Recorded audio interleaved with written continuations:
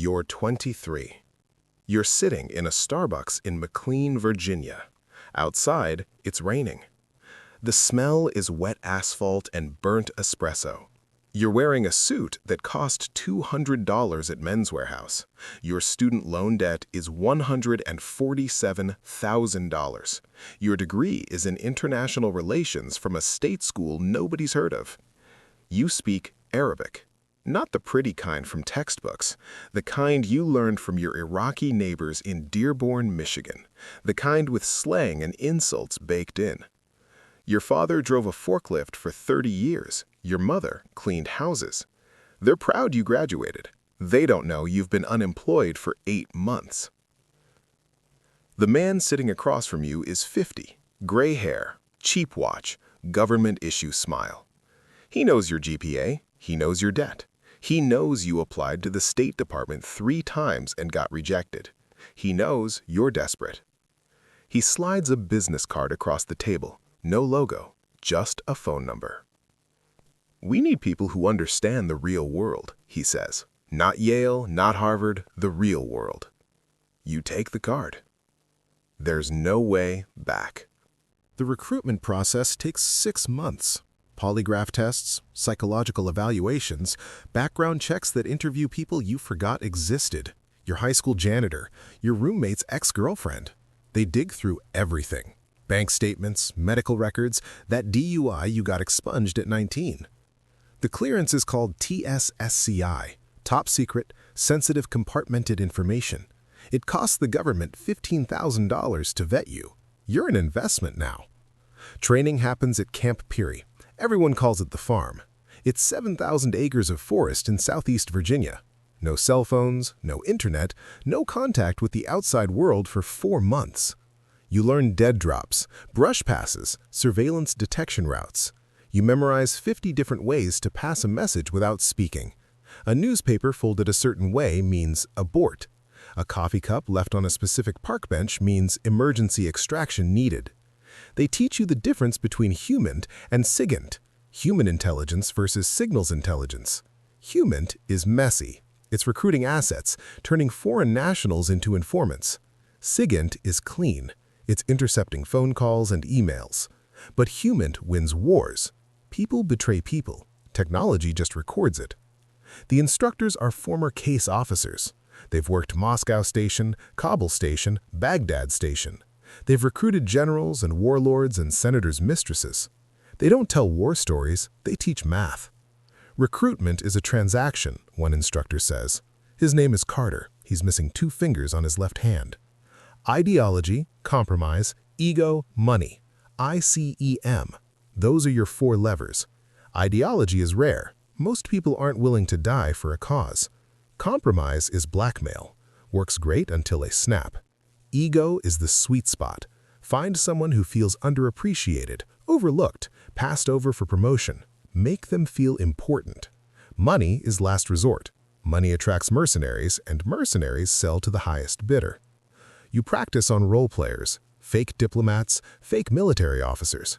Your job is to befriend them at fake cocktail parties. Find their weakness, exploit it. You fail the first 12 times. Then something clicks. You stop trying to be likable. You start listening. You mirror their body language. You ask questions that make them talk about themselves. You never push. You let them come to you. On your 31st attempt, you successfully recruit a role player pretending to be a Russian defense attaché. You spent 3 hours talking about his daughter's ballet recital. You never mentioned intelligence once. 2 weeks later, he approached you with classified documents. Carter nods. You get it now. This isn't spy movies. It's sales. You're selling treason. The graduation rate at the farm is 68%. 32 people wash out. Some fail the psych evals. Some can't handle the isolation. Some realize they're not willing to lie to everyone they love for the rest of their lives. You graduate. Your first posting is under official cover. That means you work at the U.S. Embassy. Your business card says political officer. Your real title is case officer, Directorate of Operations. They send you to Amman, Jordan. Your apartment is in Abdoun. Rent is $2,000 a month, paid by the State Department. You drive a beige Toyota Camry. Government issue. Boring on purpose.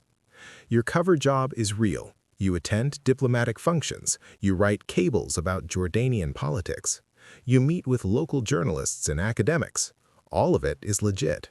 All of it is also reconnaissance. You're hunting for recruits. Your target list is specific. Mid-level government officials, military officers with access to Syrian border operations, bankers who handle transactions for Hezbollah front companies, anyone with access to information the U.S. government wants. You start with developmental contacts. That's agency speak for people you're softening up. You buy them coffee. You buy them lunch. You never push. You're patient.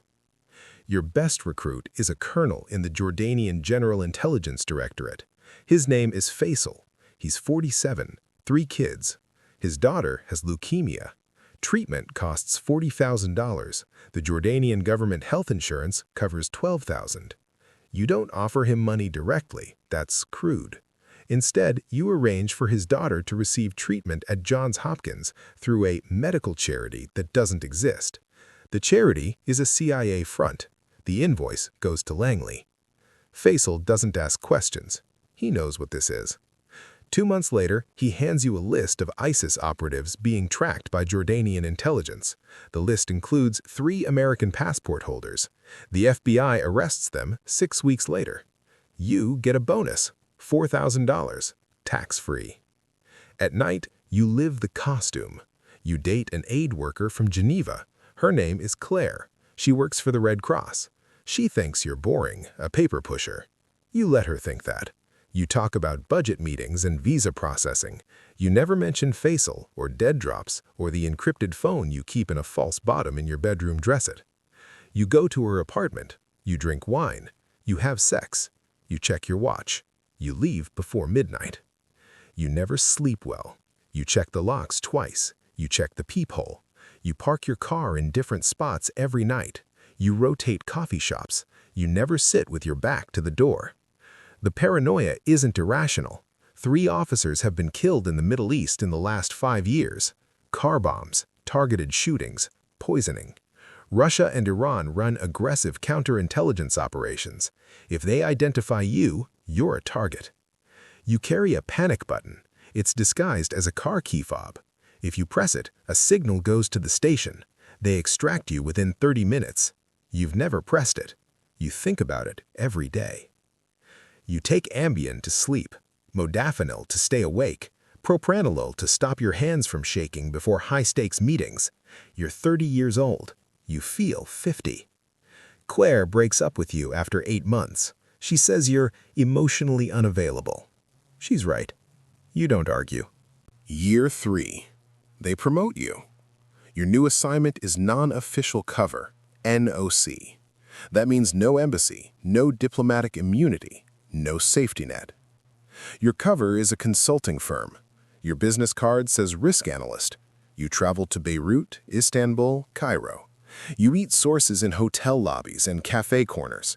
If you get caught, the U.S. government denies you exist. The pay jumps. $85,000 base salary, $40,000 in hazard pay, another $20,000 in performance bonuses. You're making $145,000 a year. Your father made $38,000 driving that forklift. You recruit a source in Ankara. He's a low-level officer in Turkish intelligence. He provides information on Kurdish militant groups. The intel is gold. It leads to 3 drone strikes in northern Syria. Then, he disappears. No explanation, no warning, just gone. 2 weeks later, you get a cable from Langley. Your source was arrested. Turkish counterintelligence rolled him up. He's in prison. They're calling him a traitor. His wife and kids are under surveillance. You'll never know if he talked, if he gave your description, your alias, your patterns. You're pulled out of Turkey within 48 hours. The debrief is clinical. They don't ask if you're okay. They ask what operational security measures you followed. They ask if you burned any sites. They ask if the source had access to information that could compromise other operations. You realize something in that sterile room in Langley. You're not a hero. You're not even a person. You're a tool, an asset, inventory. Faisal, your best recruit, dies 6 months later. Heart attack. He's 51. You don't believe it's natural. Heart attacks are easy to fake. Potassium chloride, undetectable in autopsy. You'll never know if someone killed him, if his own government found out, if Russia leaked his identity, if it was just bad luck. You go to the funeral. You stand in the back. His widow doesn't recognize you. You gave Faisal a fake name, a fake life story. She's mourning a stranger. You start drinking. Not a lot, just enough. Bourbon, 2 fingers, every night. You request a transfer, desk job, Langley, analysis instead of operations. They approve it. They always do. Burnout is expected. The average career span for a case officer is 12 years. You lasted 7. You're 34 now. You work in a cubicle on the 4th floor of the original headquarters building. You analyze reports from officers still in the field. You write threat assessments. You attend meetings about meetings. You make $96,000 a year. Good benefits. Boring work. You date a woman from HR. Her name is Jessica. She's nice. She wants kids. You can't imagine it. You can't imagine explaining this life to a child. You break up after a year. At night, you sit in your apartment in Arlington.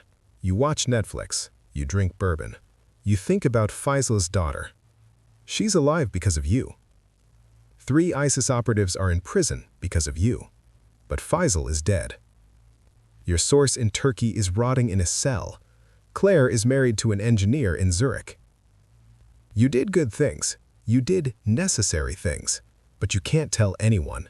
Not your parents, not your friends, not the therapist you see twice a month who thinks you work in government logistics. You go back to Dearborn for Christmas. Your parents are proud. They brag to neighbors about their son who works for the government in Washington. You smile.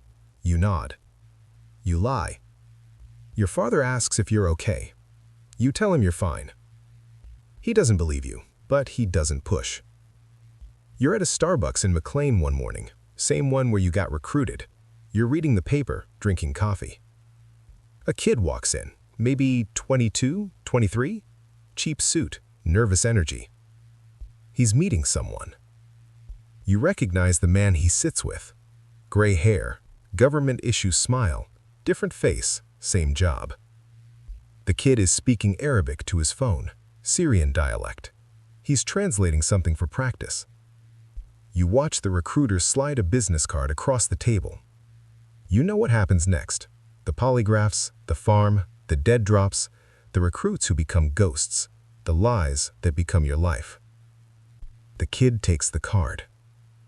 You finish your coffee. You leave. There's no way back. Not for him. Not for you.